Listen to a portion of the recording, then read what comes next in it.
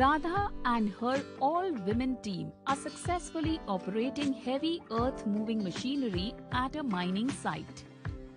Rubina, the Chief Safety Officer at a specialty chemical factory, has ensured incident-free safe production for the last 10 years since she has taken up the position. Rebecca, the night shift manager at an e-commerce warehouse, leads an all-women team that runs complete operations efficiently every night. All these are fascinating examples of how women are breaking stereotypes and making forays into traditionally male-dominated occupations. So, how were Radha, Rubina and Rebecca able to achieve this feat?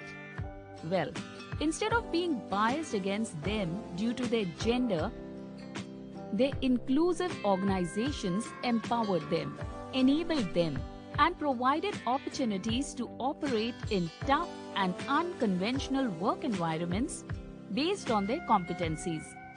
Therefore, inclusion is the culture in which women and other underrepresented groups, irrespective of their gender identities, can come to work, have equal access to opportunities and resources, feel comfortable and valued, share their experience and voice their opinions freely to achieve business goals.